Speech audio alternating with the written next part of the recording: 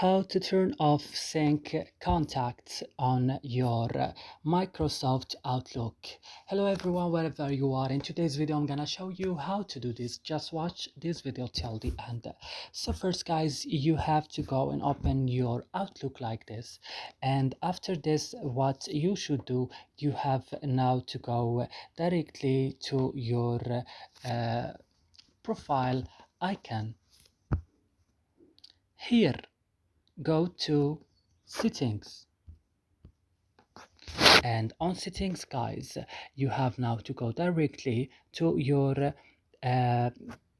account. This is my account and this is my description, and right now you will find sync contacts. Now you want to disallow it, click like this, and that's it.